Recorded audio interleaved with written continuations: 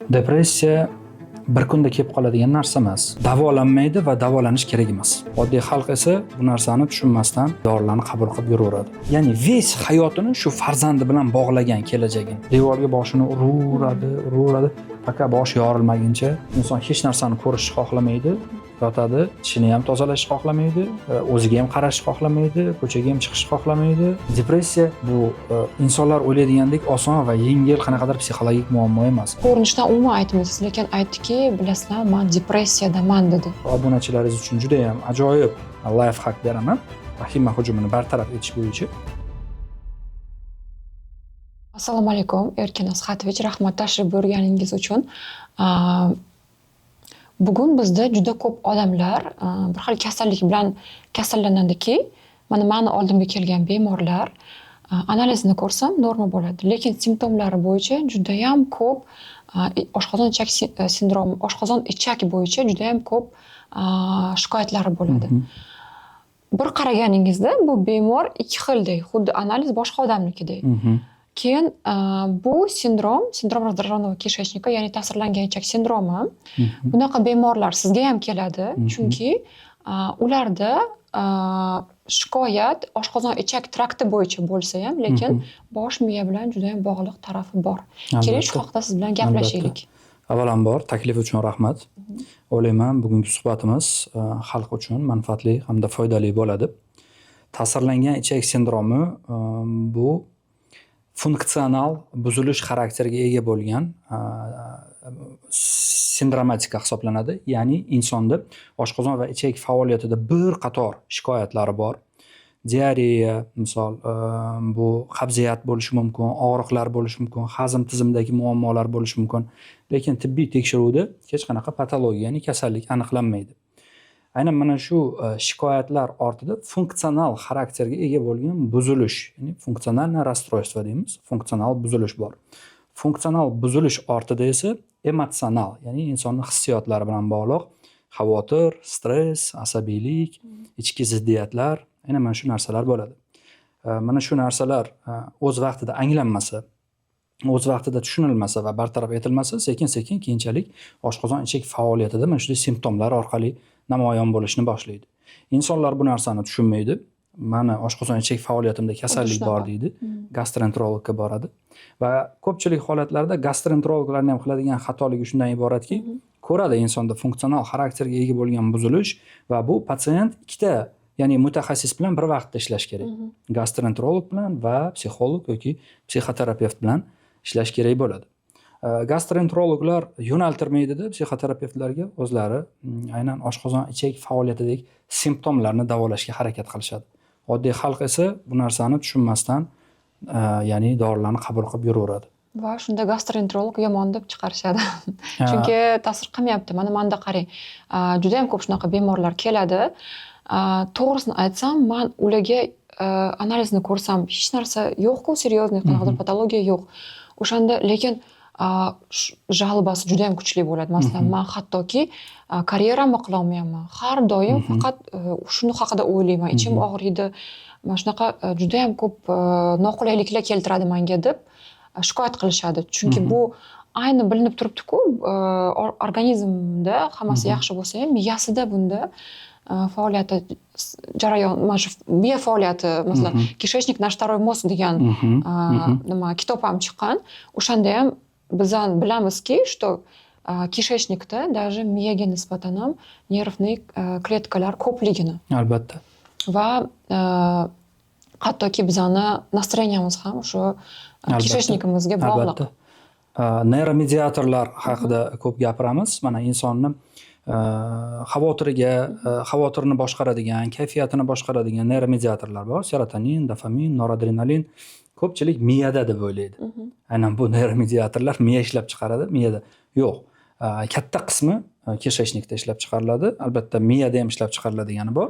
No, katta qismi baribir kишечникda ishlab chiqariladi. Shu uchun to'g'ridan to'g'ri kишечник bu birinchi, aynan bizning asab va ruhiyatimizda, emotsional holatimizda buzilish bo'lganda kишечник, ya'ni ichak, oshqozon va ichak faoliyati birinchilardan bo'lib, aynan mana shunday disfunksiyaga, ya'ni psixologik simptomlarga uchraydi.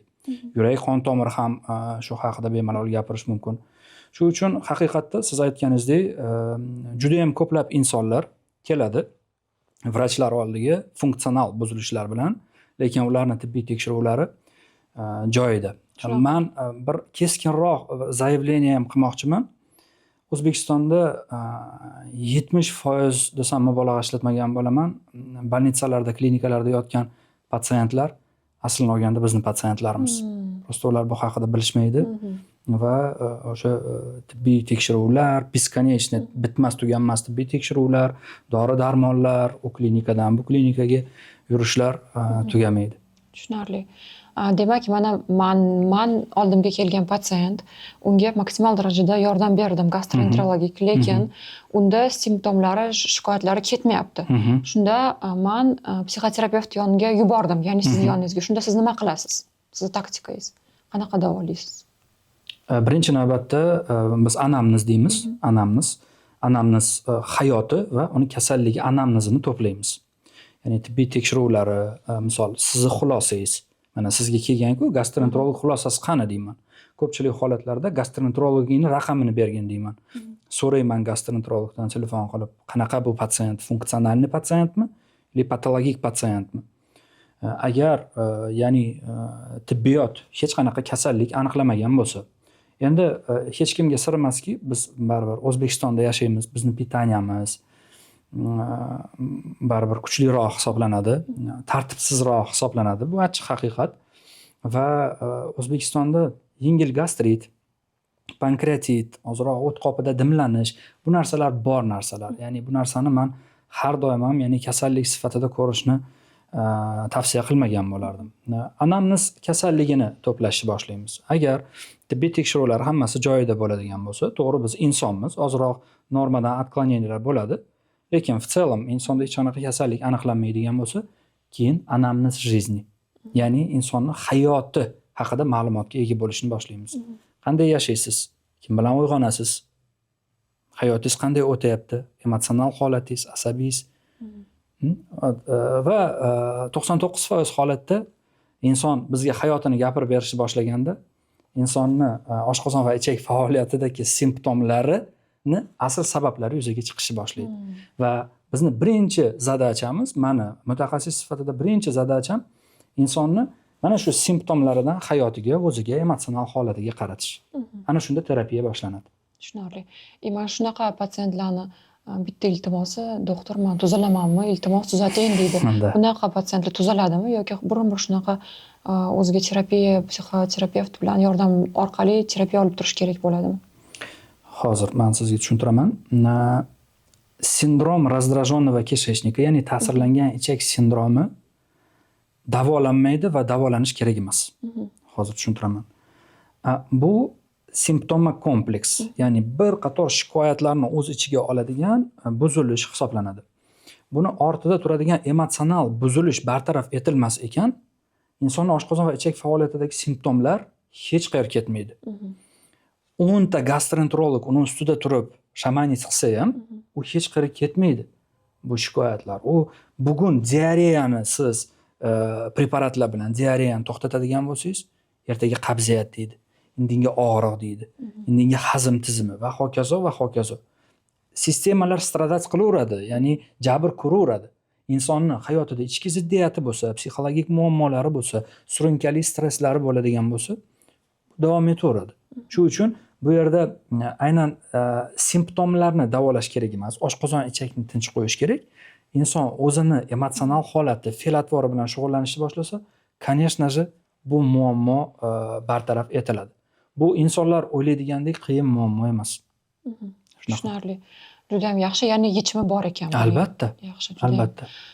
Keyingi mana bu mavzuga o'tsak, agarda masalan SRK da, ya'ni ta'sirlanuvchi ichak sindromida ko'proq bosh miya bilan, psixoterapevt bilan ishlash kerak bo'lsa, lekin ikkinchi mana bu holatda men o'ylaymanki, nutritsiologning roli juda ham katta. Ya'ni bu depressiya haqida siz bilan gaplashamiz. Nimaga unaqa deyapman? Men o'zim ham nutritsiolog bo'lganim uchun shunaqa bitta holatlarni kuzatganmanki, agarda patsiyentda B gruppa vitamini past bo'lganda, ular depressiyaga ko'proq moyil bo'ladi. Undan tashqari oshqozon ichak trakti muammolar, qabziyat, ichib ketishi va boshqa shunga o'xshash aynan oshqozon ichakdagi muammolar depressiyaga ko'proq shunaqa patsientlar shikoyat qilishar ekan.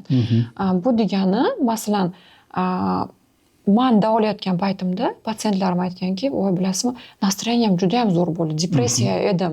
Sizni davoyingizdan keyin ya'ni biz faqat dori qilmaymiz-ku, ham ovqatlanish, ham nutritseptiki, ham badlar qo'shamiz, ham dorilar, kapelsiyalar, hammasini birgalikda oshqozon ichakni normaga keltirgandan keyin qarabsizki, depressiya yo'qoldi. Hayotga qiziqish uyg'ondi. Shunaqa patsientlar va juda ham ko'p kuzataman buni. Bu degani, ya'ni bunaqa patsientlar deb yillab psixoterapevt, psixologga borgandan ko'ra gastroenterologga ham murojaat qilishi kerak deb o'ylayman. Siz nima deysiz? Albatta. Agar biz hozir depressiya mavzusiga o'tadigan bo'lsak, mana shu bergan savolingizdan to'g'ri ta'kidladingiz. Men o'zim tomonidan qo'shimcha qilmoqchiman, depressiyani turlari bordi. Mana hozir aynan siz aytayotgan, aynan vitaminlar bilan bog'liq, aynan oshqozon ichak faoliyatidagi nosozlik bilan bog'liq depressiyani biz endogenni depressiya deymiz. Ya'ni bunda insonning fe'li, insonning xarakteri, ichki ziddiyatlari, uni mazmun mohiyati emas, ichki resurslarida muammo bo'lganligi uchun depressiyasini sababi ichki resurslar bilan bog'liq bo'ladi.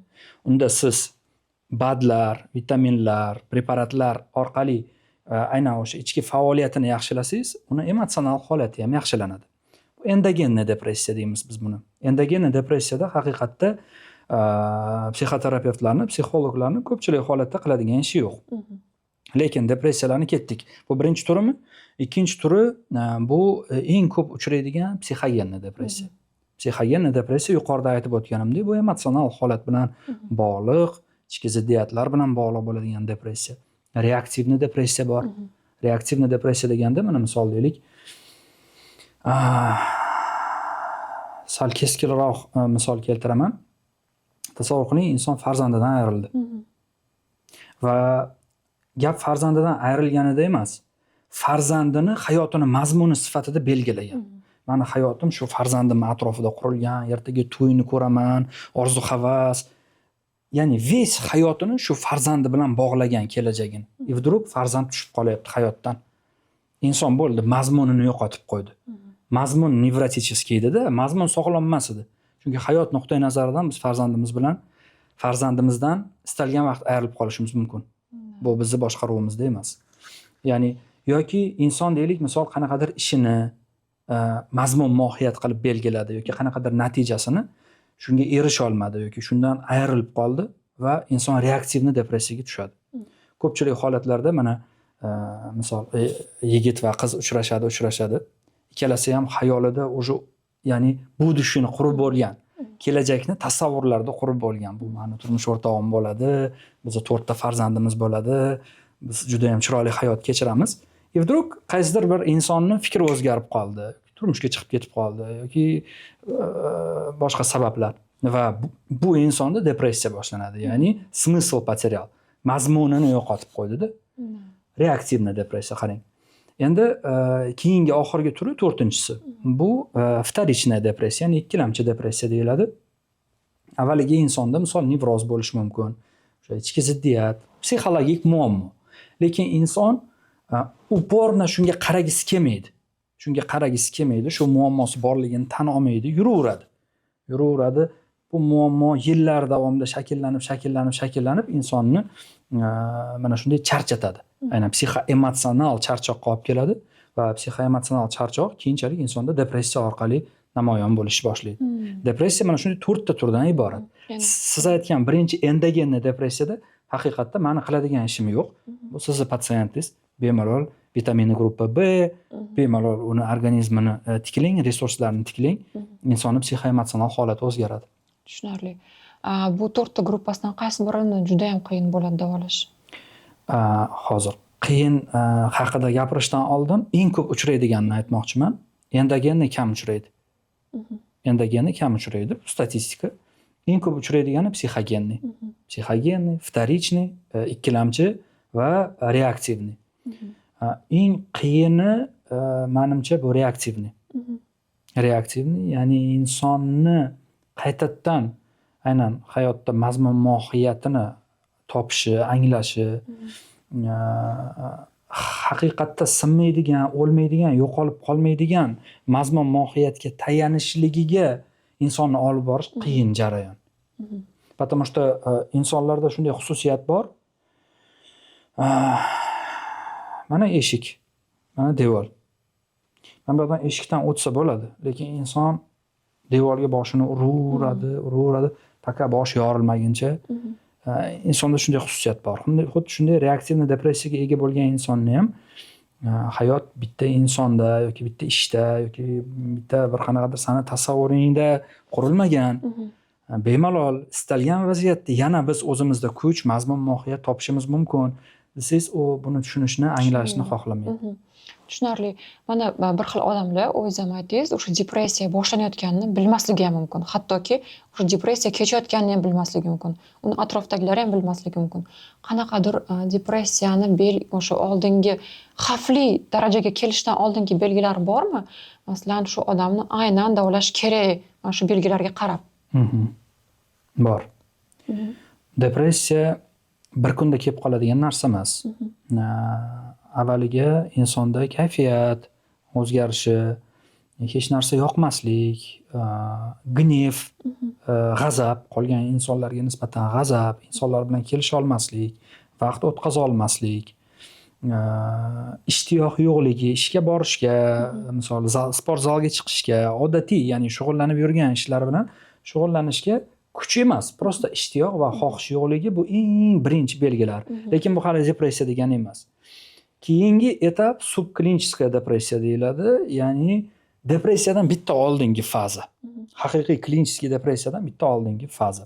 Bitta oldingi fazada o'sha insonni jismoniy kuchi ham zaiflashib boshlaydi. Jismoniy, nafaqat psixologik ma'noda xohish yo'q emas, o'sha kuchim ham yo'q. O'sha klinik depressiyada insonda ham xohish yo'q, ham kuch yo'q.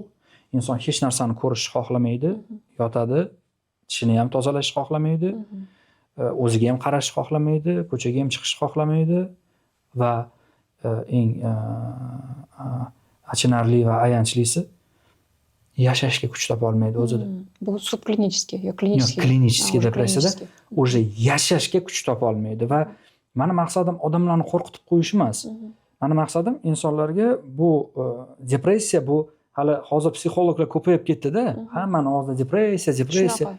Depressiya bu insonlar o'ylaydigandek oson va yengil qanaqadir psixologik muammo emas. Klinik depressiyada inson o'ziga yashashga kuch topa olmagandan keyin albatta u qanday qilib bu hayotdan tezroq ketish haqida ham o'ylashni boshlaydi-da.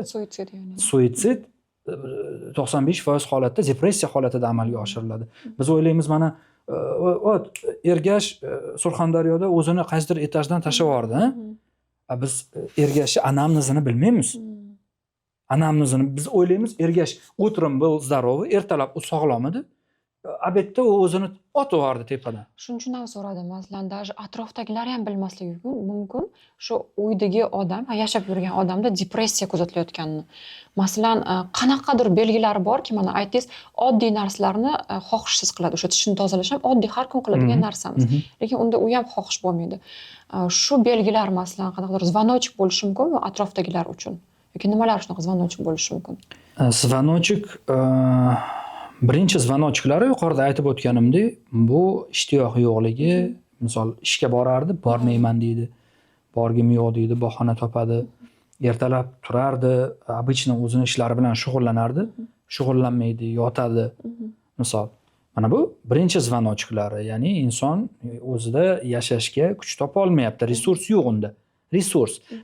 Mana shu osonroq bo'lish uchun resurs deylik. Inson o'zida na jismoniy, na psixologik resurs topa olmaydi. Uning resurslari kamayib ketgan. Agar hozir siz yoki men depressiyada bo'lganimizda, ishoning, hozir bu yerda o'tirmagan bo'lardik. Yo'q, bilasizmi, gap nimada? Yaqinda bitta reels ko'rdim. Rossiyskiy yumoristka, juda ham taniqli hozirgi paytda. Har doim hozir pikka chiqqan nimasi, uni yulduzligi har doim nima ko'rsatuvlarda o'zini programmalari bor, aktiv, shunaqa ham shutkalar, masalan, shunaqa kulgili hazillashadi, zo'r. ko'rinishdan umuman aytmaysiz, lekin aytdiki, bilasizlar, man depressiyadaman dedi. Даже mana shu turishda ham depressiyada bo'lishi mumkin ekan.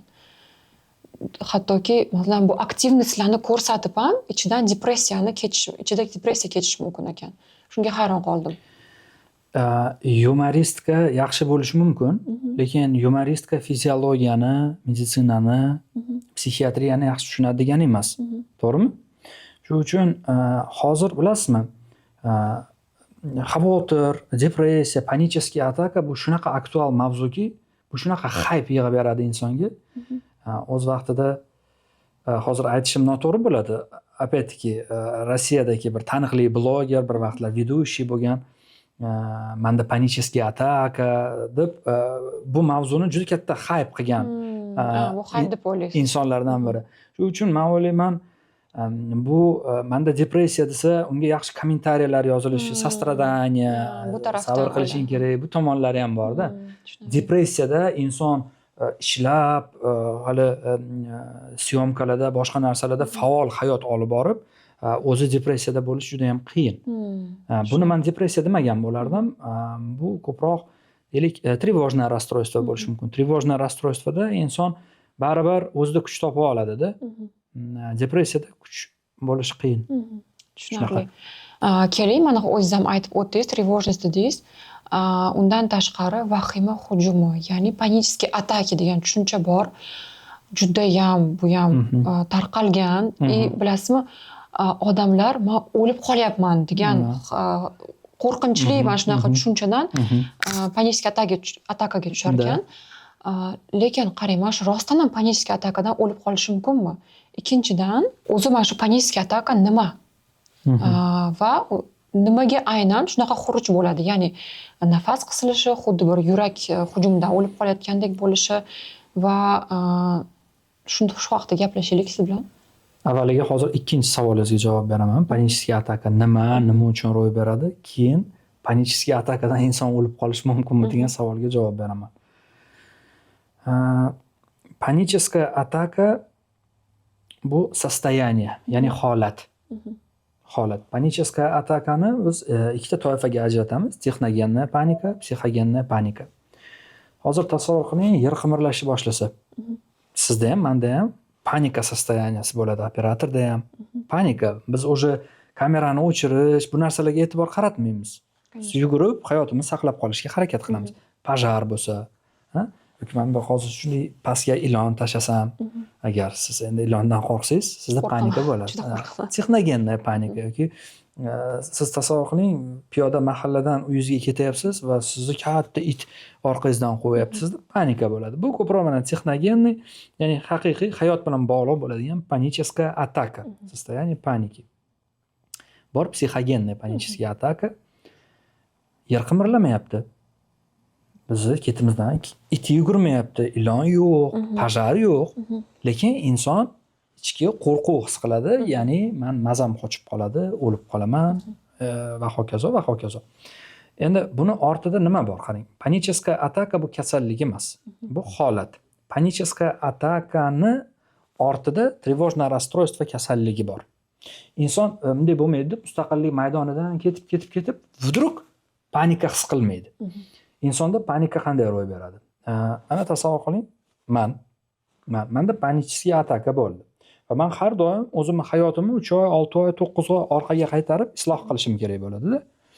Panicheskiy ataka o'zidan o'zi bo'lib qoladigan narsa emas. Panicheskiy ataka menda bo'ldimi? Demak, 3 oy, 6 oy, 9 oydan beri meni psixoemotsional holatim yaxshi darajada emas. Yuqori xavotir harorati, ichki ziddiyat bo'lishi mumkin. Qandaydir surunkali stresslarim bo'lishi mumkin, qanaqadir yechilmayotgan, o'z javobiga ega bo'lmagan qanaqadir muammom bor. Bu muammo bizda yuqorida gaplashganimizdek funksional, ya'ni buzilishlarni keltirib chiqaradi. Ko'p ijtimoiy tarmoqlarda VSD deb bilishadi, vegeto-sosudistая distoniya. Ya'ni bu funksional xarakterga ega bo'lgan buzilishlar. Aynan mana shu funksional xarakterga ega bo'lgan buzilishlarni inson noto'g'ri tushunadi. Tushundingiz-a? Tasavvur qiling, mana men siz bilan o'tiribman hozir. Menda oilamda muammo bor, kelishmovchilik bor, ichki ziddiyat bor va bu uzoq vaqtdan beri davom etyapti va men siz oldingizda o'tiribman. Men hech qanaqa tushunchaga ega emasman. misol deylik blogerman va sizni oldingizda o'tiribman, cho'ta nafas qiyin oldim, cho'ta qandaydir ichki напряжение, bosim boshlandi. Va agar men tushunmasam fiziologiyani va o'zi mana shu mani hayotimda muammo bor ekanligini anglamasam, men birinchi navbatda e'tibor qaratadiganim nima? Bu organizm nimadir bo'layapti menga. Va panichеский ataka vaqtida inson o'ziga birinchi beradigan savoli mana shunday состоянияda. Nafas yetmaganda, o'zini yomon his qilib, yuragi tez urib, nima bo'layapti menga deydigan savol beradi. Va bu savoliga 3 xil javob keladi. Biz internetdan, hayotdan, yoqdan-bu-yoqdan tajriba olganmiz-ku. Внезапно yuragi to'xtab qolgan insonlarni eshitganmiz, infarkt, insult degan narsalarni eshitganmiz, qarindoshlarimizda va hokazo. Yoki aqldan ozib qolgan insonlarni eshitganmiz va insonlarning xayoliga mana shunday 3 ta narsa keladi. Birinchisi bu o'lim, ya'ni yurak qon tomir tizimi bilan bog'liq hozir reaktivni o'lim holati. Ikkinchisi bu aqldan ozib qolish va uchinchisi sharmanda bo'lish. Momentda tushundingizmi? Men hozir sharmanda bo'laman. Mana shu 3 ta narsa insonning xayoliga keladi. Nima bo'layapti menga deydigan o'ziga o'zi bergan savoliga. Mana shu 3 ta javob keladi va bu uchalasi ham qo'rqinchli-ku. Uchalasi ham qo'rqinchli. Mani psixotipimda men aqldan ozib qolishdan yoki sharmanda bo'lishdan qo'rqmayman. Men o'lib qolishdan qo'rqaman. Kimdir aqldan ozib qolishdan qo'rqadi, kimdir sharmanda bo'lishdan qo'rqadi va kim o'zini psixotipiga qarab mana shu 3 ta narsadan bittasini tanlaydi-da, shundan qo'rqadi. Agar siz hozir yuragim yomon bo'lib qoladi yoki men mazam qochib qoladi desangiz, siz обязательно panika holatiga tushasiz va tez yordam chaqir, mana shunday o'zingizni ya'ni spasatsiya qilishni boshlaysiz, ya'ni o'zingizni qutqarishni boshlaysiz. Va keyinchalik bu holat fobiya darajasiga ko'chib o'tadi va muntazam sizda ma'lum bir joylarda, ma'lum bir holatlarda mana shunday panika holati ro'y beradi. Ularga ham o'sha lokatsiya keyin eslatadi yoki qanaqadir muzika yoki o'sha odamlar eslata boshlaydi. Albatta. Bunaqa paytda birinchi qanaqa yordam bersa bo'ladi odamga? Juda ham yaxshi javob va savol. Bunaqa holatda insonni ozroq psixoobrazovat qilish kerak. Ya'ni unda ro'y berayotgan narsa uni o'ldirmaydi, uni yiqitmaydi, aqldan ozdirmaydi. На самом деле паническая атака bu insonni o'ldiradigan, aqldan ozdiradigan, sharmanda qiladigan narsa emas. Bu paroksizmalniy состояние deymizda, insonda spazmlar, insonda ma'lum bir, ya'ni buzilish, yuqorida aytdim-ku, uni panichеский atakasini ortidagi ma'lum bir buzilishni inson bir yaqqol cho'qqisini his qiladi-da. O'sha aynan напряжениyaning eng kuchli holatini his qiladi. Bunday holatda insonni birinchi tushuntirish kerak insonga, u bilan nima bo'layotganligi, bu o'lim yoki pristup emasligi, bu mana shunaqa asab tizimini uzoq vaqt toliqib qolganligini signali desam to'g'riroq bo'ladi. Va ikkinchi beradigan praktik tavsiyam hech narsa qilmaslik. Panichеский ataka holatida agar siz shu holatni nazorat qilaman, shu holatdan qutulaman desangiz, siz lavoshkaga tutilasiz. Prosta hech narsa qilmaslik kerak. Prosta e'tiborini, diqqatini chalg'itish kerak. Prosta ozroq nafas olish kerak. Prosta 2 glotочек suv ichish kerak. Bu o'tib ketadi. Bu adrenalinoviy reaksiya deymizda. Vegeta adrenaloviy reaksiya deymiz. Mana qarang. Insonda mana shunaqa surunkali, hali asabiy charchoq ta'sirida, uyqu bilan bog'liq muammolar, hammasi to'dalanib, sekin-sekin asab tizimini charchatgandan keyin insonda mana shunday vegeta adrenaloviy reaksiyalar bo'ladi, ya'ni qo'rquv reaksiyasi. Bu uzoq vaqt davom etmaydi. 3-5 daqiqa. Siz bilasiz, adrenalin 3-5 daqiqadan keyin parchalanib ketadi bizning qonimizda. Mana shu 3-5 daqiqa men 100% ishonch bilan ayta olaman, juda ham неприятный, yoqimsiz holat. Nafas yetmagandek bo'ladi, o'zingizni yomon his qilasiz, davleniya 160, 180 gacha ko'tarilishi mumkin, yurak 130 ta, 140 tagacha, juda ham diskomfortniy. Lekin bu opasniy emas.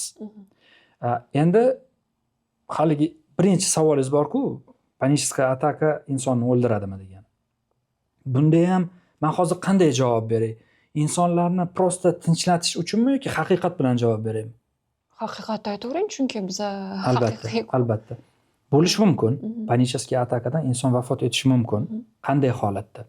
Bu uchun inson juda ham keksa bo'lishi kerak.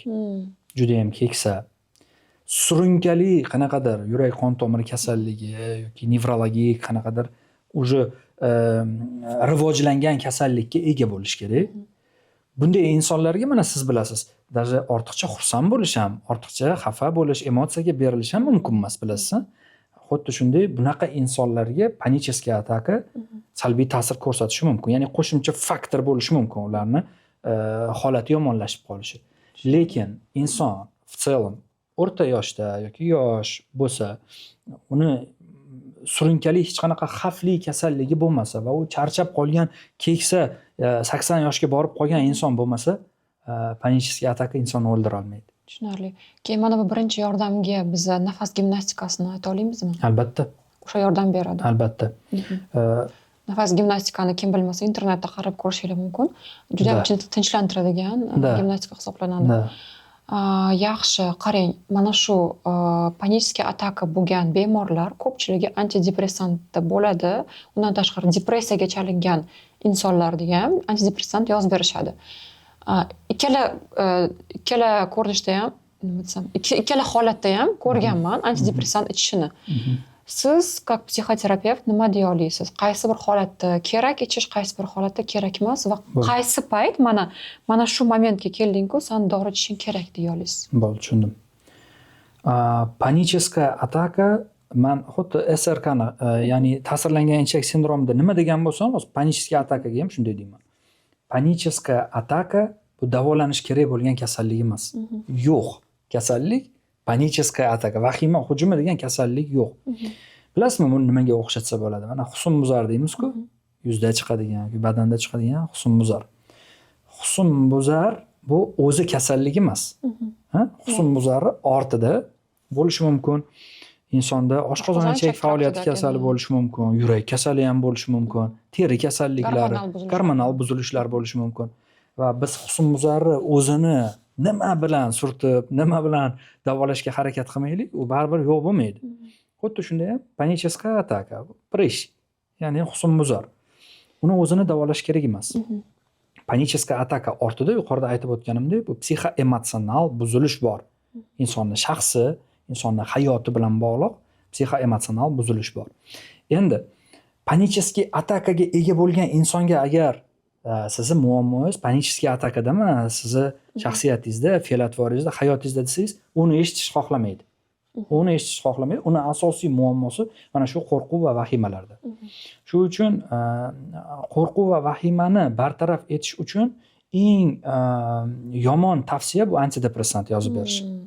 Chunki qarang, antidepressant o'zi umuman panichеская atakaga hech qanday yordam bera olmaydi. Antidepressant ta'sir doirasi bilasiz, bir oydan keyin boshlanadi. Panichеская atakani vaqtida o'sha o'chirib qo'yadigan dori bor, benzodiazepin va trankvilizatorlar guruhi hisoblanadi, lekin ularni pobochkalari ham ko'p, nojo'ya ta'sirlari va ularga o'rganib qolish mumkin. Ham jismoniy, ham psixologik. Shuning uchun panichеская atakaga ega bo'lgan inson bilan psixoterapiya doirasida panichеская atakasini hal qilib, panichеская atakasini aynan panika darajasigacha olib bormaslikni o'rganish, undagi bo'ladigan mana shu funksional xarakterga ega bo'lgan simptomlarni o'ziga to'g'ri tushuntirib berishi, panika darajasigacha olib bormasligi, bir o'zi yurishi yordamsiz. Chunki panichеская atakaga ega bo'lgan inson yonida odam olib yuradi-da. Vdrug hozir meni mazam qochib qoladi va menga yordam berishadi. Telefoni oldida bo'lish kerak, u hamma narsani nazorat qilib yuradi-da. Shuning uchun insonni avvalo o'zi harakatlanishi, unga hech qanaqa yordam kerak emasligi, u o'lmayotganligi, unda hech qanaqa tibbiy muammo yo'q ekanligiga ishontirib, psixoterapevtik, поведенческий deymiz, xatti-harakat texnikalari bor. Texnikalarni bajarish kerak bo'ladi. Keyin insonda men tushundim, aytganingizni qildim, yurayapman, lekin hali yuragim tez urishi, boshim aylanishi, oshqozon ichak faoliyatimdagi buzilishlar baribir bor deydi-ku. Keyin biz o'zi, ya'ni insonning fe'liga, shaxsiyatiga, ya'ni anamniz hayotiga e'tibor qaratamiz. Tushunarli. Shunaqa jarayon. Panichеская atakani davolash butunlay bo'ladimi, yo'qmi bilmadim, lekin husnbuzarlarni davolasa bo'ladi. Davolab bo'lmaydiganingizga shuni kommentariy aytmoqchiman. Chunki mana o'zim praktikamda ham oshqozon ichak bilan to'liq ishlab, keyin kosmetolog bilan gastroenterolog va kosmetologlar birgalikda o'sha husnbuzar ustida ishlaganda juda ham yaxshi natijalar beradi. Albatta. Panichеская ataka 100% davolanadi. 100%. Faqat panichеская atakani kelib chiqish sababini to'g'ri tushunishimiz kerakda. Panichеская ataka bu tashqi muammo emas. Tashqi bizga keladigan ko'pchilik bunday izohlaydi-da o'zini panichеская atakasini. Manda o'zidan o'zi qo'rquv boshlandi. O'zidan o'zi vahima boshlandi. Yo'q, bu yolg'on. Bu tushunmasdan inson shunday ta'riflaydi-da yoki izohlaydi. Panichеская ataka har doim insondagi bo'ladigan disfunksional yoki vegetativ ma'lum bir sostoyaniyadan boshlanadi. Mana misol inson o'tiribdi va insonni oyog'i yaxlashni boshladi yoki boshi aylanishni boshladi va inson mana shu jarayonni xavfli baholaydi-da o'zi испуг. Inson o'zini sostoyaniyasidan o'zi qo'rqib ketadi. O'zini sostoyaniyasidan o'zi qo'rqib ketadi va buni keyin vahima darajasigacha olib chiqadi. Mana bu panichеская ataka. Panichеская atakani 100% biz bartaraf etishimiz uchun inson mana shu o'zidagi bo'ladigan simptomlar bilan to'qnash kelish kerak-da. Shu simptomlarga bo'lgan munosabatni o'zgartirish kerak. Munosabati va xatti-harakati. Bir so'z bilan aytganda, mana hozir obunachilaringiz uchun juda ham ajoyib life hack beraman. Vahima hujumini bartaraf etish bo'yicha bitta oppoq qog'ozni oladi, ikkiga ajratadi. Prosta o'rtasidan bo'ladi, ikkiga ajratadi. Chap tomoniga yozadi mana. Men nima holatda vahima hujumiga tushyapman, qanday holatda yozib chiqadi misol. Men boshim aylansa vahimaga tushyapman yoki yuragim tez ursa, ikkinchi tomonga ya'ni yozib chiqadi. Men vahima hujumi bo'layotgan holatda men o'zimni qanday tutayapman? Yordam so'rayman, suv ichaman, yoki vrachga murojaat qilaman, skoriy chaqiraman. Mana shu ikkalasini ham qilmaslik kerak-da. Ya'ni chap tomondagi holat bilan stalkevаться, to'qnash kelish kerak. To'qnash kelish kerak. Misol, da hozir men boshim aylanyapti. Da men hozir yuragim tez urayapti. Da men hozir davleniyam baland. Lekin bu xavfli va opasni emas. Ya'ni men spasatsiya qilishim kerak emas. Men bu holatni hozir yo'q qilishim kerak emas. Buni o'chirib qo'yishim kerak emas. Bu holatda xavfli baholamasligim kerak. Va eng asosiysi inson o'zini xatti-harakatiga e'tibor qaratish kerak-da. Aynan vahima hujumini insonda как buzilish sifatida, alohida muammo sifatida muhrlab qo'yadigan narsa bu uni xatti-harakati. Inson mana shu vahima holatida o'ziga yordam berishni boshlasa, nazorat qilishni boshlasa, shu holatni qanchalik tez yakunlashga va shu holatdan qutulishga harakat qilsa, uni vahimasi kuchayib boraveradi. Va bu keyinchalik vahima buzilishi sifatida panichеское расстройство deymiz. Panichеское расстройство sifatida insonda namoyon bo'ladi. Shuning uchun eng asosiy narsa panichеская atakada. Biz tushunishimiz kerak, biz o'lmayapmiz. Ya'ni panichеская atakaga ega bo'lgan insonga men shunaqa tavsiya beraman. Birinchi navbatda tibbiy tekshiruvdan o'tsin. Agar tibbiyot hammasi joyida ok deydigan bo'lsa, inson tushunishi kerak, bu psixologический muammo.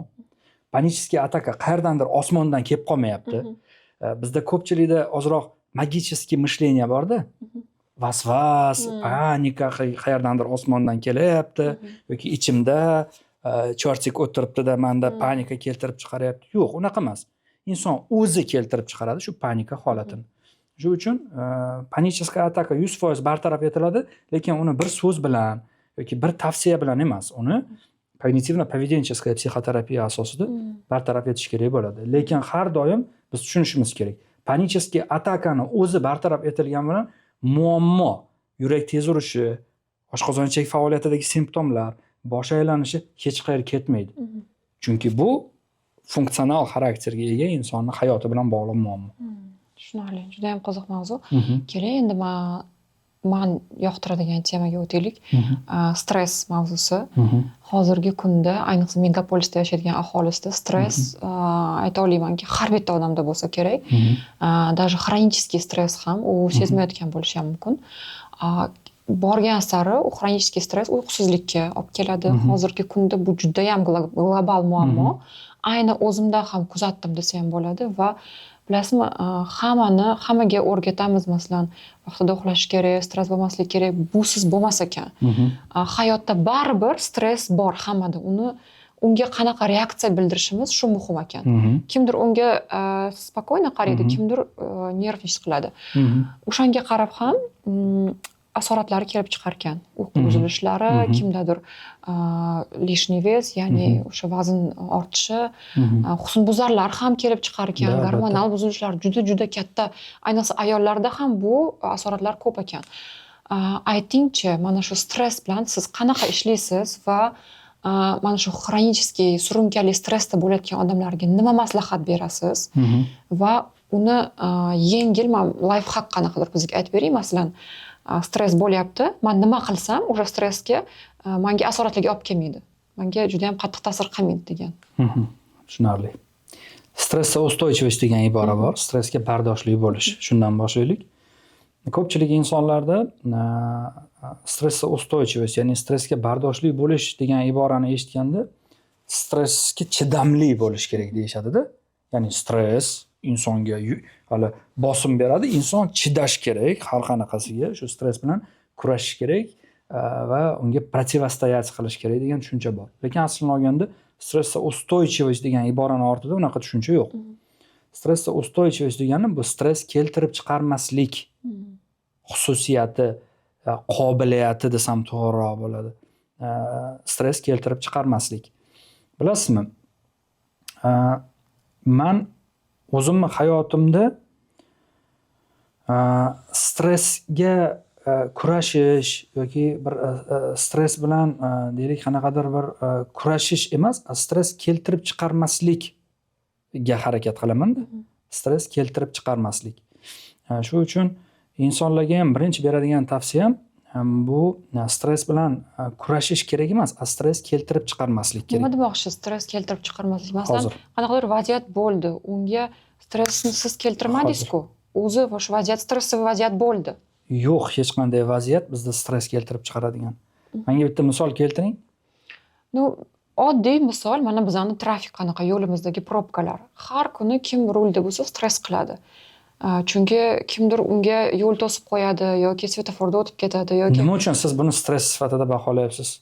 Bu momentda stress bo'ladi-da. Chunki siz stressavasiz qilasiz shu paytda. Yo'q, sizning munosabatingiz sizda stress keltirib chiqaradi. To'g'ri, o'shani men aniqroq masalan keltiring, stress qilmaslik demoqchisiz, to'g'rimi? Bilasizmi, hayotda insonda stress keltirib chiqaradigan 3-4 ta avtomatический vaziyatlar bor. Birinchisi, endi bu narsani inkor etib bo'lmaydi, yaqin insonimiz vafoti. Bu avtomatический stress. Siz filosof bo'lsangiz ham, sizda baribir stress bo'ladi. Ikkinchisi bu turmush qurish. Uchinchisi bu ajrashish. Qarang, ajrashish turmush qurishdan keyinrog'iga o'rinda turar ekan. Turmush qurish ko'proq stressli situatsiya ekan inson uchun.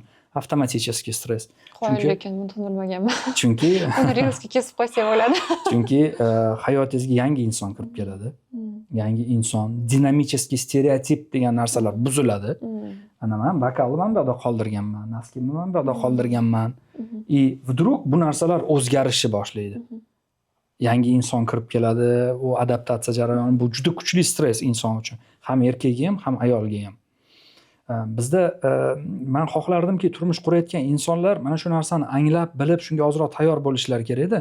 Bizda ozroq Qunduz amakining ertaklari orqali tushuncha beriladi-da, turmush qurasan, hozir baxtli hayot boshlanadi va insonlar turmush qurgandan keyin немного boshqa so'z kelib qolganda mayli. Немного tayyor bo'lishmaydi-da. Hayron qolishni boshlashadi. Qani u baxt, qani u menga aytilgan состояние, unaqa состояние bo'lmaydi. Shu uchun mana shu 3 ta avtomatический stress. Mana shu 3 ta avtomatический stress. Lekin undan tashqari siz aytayotgan probka, ish o'xshamadi yoki misol video olmoqchi bo'layapsiz, o'xshamayapti. O'xshamayapti. So'zingizda adashib ketyapsiz, telefon jiringlab qolyapti, lampa o'chib qolyapti. Bu stress emas. Bunga bo'lgan bizning munosabatimiz stress keltirib chiqaradi. Shu uchun biz vaziyatlarga bo'lgan munosabatimizni o'zgartirsak, bizda stresslar kamroq bo'ladi. Da, xuddi aytganimdek, stress ham hamma joyda bo'ladi, lekin unga qanaqa munosabat qilsangiz, qanaqa reaksiya qilsangiz, shu menimcha muhim bo'ladi. Endi bilasizmi, stress bo'ladi deyapsiz-ku hamma joyda. Men u hamma narsani ham stress demagan bo'lardim-da. hamma narsani ham stress demagan bo'lardim. Misol bizda hozir hamma narsani ozroq обобщать qilishadi-da, mana ommaviylashtirishadi-da. Yo'ldagi siz ozroq asabiylashganingiz, boshqa narsa, men buni stress demagan bo'lardim-da. Bu hayotiy vaziyatlar, bu bizning emotsiyalarimiz. Misol impulsivniy odamlar bor, bola emotsionalniy insonlar bor. Meni o'zim ham misol yo'lda kimdir meni qisib qo'ysa yoki xato qilsa, как filosof o'tirmayman. Meni o'zim ham qandaydir reaksiya bildiraman, lekin men buni stress demagan bo'lardim. Stress bu har doim vaziyatga bo'lgan bizni, qarang qanday munosabatimiz. Vaziyatga shu vaziyatdan ko'ra yuqoriroq va xavfliroq baho berish. Yoki mana yechim topiladigan masalaga yechim topolmayman, qilolmayman degan baho berish. Mana bu narsalar stress, haqiqiy stress. Shuning uchun biz vaziyatlarni to'g'ri baholab, vaziyatlarga sog'lom munosabat bildirishni o'rganadigan bo'lsak, stresslar soni ancha kamayadi. Bilasizmi, masalan, buni haqida ko'p gapirish mumkin. O'zingizni ustingizda ishlang, masalan, reaksiyani bildirmang, lekin mana aniq-tiniq layfhak qanaqadir bormi? Hamma har xil, emotsiya hammada har xil. O'sha stressiy situatsiyada nimadir qilsang, senda o'sha reaksiya kamayadi. O'shanga stressiy situatsiyaga nisbatan reaksiya ancha kamayadi degan. Nima qilasiz? Nima tavsiya bera olasiz shunaqa? Qarang, birinchi navbatda biz bitta narsani tushunishimiz kerak-da, bu savolga javob berishdan oldin. Stressga bo'lgan momentalni, ya'ni munosabatni o'zgartiradigan qanaqadir layfhak yo'q. Mana stress deyapmiz, hozir mana siz ham vrach sifatida, mana mutaxassis sifatida biz ko'p gapiramiz. Xronический stress psixologik muammolarga, uyqu bilan bog'liq muammolarga olib keladi. Qarang. Hozir chiqaylik-da, bozorga boraylik siz bilan, dehqon bozoriga. Dehqon bozorda savdo qilib turgan odamlarga e'tibor qarataylik, ular постоянно stressda. Lekin shularga borib savol beraylik-da, siz yuragingiz tez uradimi, o'zingizni yomon his qilasizmi, kechasi yaxshi uxlay olmaysizmi desangiz, ko'pchiligi yo'q, men zo'r uxlayman deydi. Bir boraman, bir yotaman, ertalab turaman deydi. При этом shunday insonlar bor, juda ham og'ir, juda ham vazmin. Lekin ularga borib so'raysiz, ular o'zini yomon his qiladi, ularning uyqusi yomon va hokazo va hokazo. Shuning uchun faqat stress qanaqadir buzilishlarga olib keladi deb обобщать qilish bu noto'g'ri. Misol mana taksi haydovchilariga e'tibor qarataylik. Ular постоянно stressda-ku. Lekin so'rasangiz, misol senda nevroz va depressiya bormi desangiz, ular hatto nevroz va depressiya nima ekanligini tushunmaydi ham, eshitmagan ham, bilmaydi ham. Shuning uchun stress holatidagi такой bir life hack sifatida men nima deyishim mumkin? Masalan, sovuq suv iching deyishingiz mumkin. Bu bo'ladimi, o'sha yordam beradimi? Mana qizishib turgan payti, o'shanga mana deylik, ishxonada qanaqadir vaziyat bo'ldi. Qaysidir ishchisiga jahl chiqdi. Shuni jahlda turibdi, o'zini tinchlantirish kerak. Shuni men aytayotgandim. Masalan, unga baqirsa ikkita odam ham stressovать qiladi, to'g'rimi? Masalan, dihательный gimnastika masalan bo'lishi mumkinmi misol? Bo'lishi mumkin. Dihательный gimnastika, bu misol mышечный relaksatsiya deymiz. O'tirgan joyda hamma mushaklarni bir sira zo'riqtirish kerak, qo'yib yuborish kerak. Bu ancha insonga erkinlik beradi, ham jismoniy, ham psixoemotsional erkinlik beradi. No, qarang, biz bu bilan baribir stressni yo'q qilib qo'ya olmaymiz. Biz tushunishimiz kerakda, biz stressni yo'q qilib qo'yadigan life hack yo'q. Hozir siz mendan har qanaqasiga tortishingiz mumkin. Men bera olmayman sizga bu narsani. Biz shu stressni qanday yaratayotganimizni anglab, shu stressni yaratmaslikni o'rganishimiz kerak. Stressni yaratmaslik bo'yicha bitta life hack aytib ketaman. Qarang. Bizni faqatgina biz qabul qila olmaydigan va ruxsat bera olmaydigan vaziyatlar, holatlar va fikr-xayollar boshqaradi. Imkon bo'lsa, men operatorlardan so'rab ketgan bo'lardim, sitata sifatida shu gapni hozir ekranga qo'yib ketishsin. Bizni faqatgina biz qabul qila olmaydigan va ruxsat bera olmaydigan vaziyatlar, holatlar va fikr-xayollar xavotirga soladi yoki boshqaradi. Mana qarang, yo'lda kimdir narusheniya qildi-ku, siz nima uchun stressovать qilasiz? Chunki shunday qilmaslik kerak deysiz, shunday bo'lmaslik kerak deysiz. Sizni xohishingiz, sizni tushunchangiz bo'yicha unday bo'lmasligi kerak. Lekin planetani sizni xohishingizga ozroq kechirasiz-ku. Qanday yumshoqroq aytsam bo'ladi? Qo'yib qo'ygan joyi bor-da planetani. To'g'risi-da, sizni xohishingizga. Biz xohlagandek bo'lmaydi-da hamma narsa. bizni o'sha kollegamiz biz xohlagandek nimanidir bajarmadi. Biz ishchimiz biz xohlagandek bajarmadi. U bajarmaydi ham hech qachon biz xohlagandek. Bajarmaydi ham. Yo'q, hech qaysi tadbirkor ishini shunaqa relsga qo'ygan, hamma narsa u xohlagandek, u aytgandek bo'ladi. Yo'q, unday narsa bu hayotda bo'lmaydi. Bo'ladi baribir. Ayniqsa O'zbekistonda. Ayniqsa O'zbekistonda relsdan chiqishlar bo'ladi. Lekin shu relsdan chiqishlarga biz qanday munosabat bildiramiz? Agar biz qanchalik bizni faqatgina biz qabul qila olmaydigan va ruxsat bera olmaydigan vaziyatlar boshqaradi. Qanchalik biz mana shu biz xohlamagandek narsa ro'y berishini qabul qilmasak, unga ruxsat bermasak, tushundingizmi? Stress kelib chiqadi. Shuning uchun men insonlarga bitta life hack bergan bo'lardim. Ma'lum bir stressiy vaziyatlarda mana shu bo'lib o'tgan vaziyatni qabul qilishni o'rganish kerak. Shunday bo'ldi. Hamma narsa men xohlagandek bo'lmaydi. Bu aslini olganda stress emas. Meni bunga bo'lgan munosabatim stress bo'lyapti. Misol deylik, agar siz bugun menga podkast olishimizdan yarim soat oldin qo'ng'iroq qilib, bugun podkast ola olmaymiz deganingizda, bilasizmi? Agar men tayyor edim, men borishim kerak edi degan munosabat bildiradigan bo'lsam, menda stress bo'ladi. Tushundingizmi? Men o'sha vaziyatni to'g'ri qabul qilib, bo'lishi mumkin, ish chiqib qolgandir, boshqadir, kimdir kasal bo'lib qolgandir deb traktovat qiladigan bo'lsam, o'zimga tushuntiradigan bo'lsam, menda bilasizmi? Menda bo'ladi baribir, как бы ozroq состояние bo'ladi, men tayyor edim degan baribir nima bo'ladi-yu, lekin siz aytgandek stress bo'lmaydi. Shunaqa. Tushunarli. Menimcha biz juda ham ko'p naучный, qiziq mavzularni olib chiqdik. Zritellarga bizani ko'rayotganlarga qiziq bo'ladi deb o'ylayman. Rahmat siz tashrif buyurganingiz uchun, shunaqa qiziqarli podkast uchun. Tez kunda kuzatib qolinglar. Juda ham qiziq выпуск bo'ldi. Xudo xolisa, sog' bo'linglar, salomat bo'linglar. Bo'ldi. Всё? Успели за час? Сколько?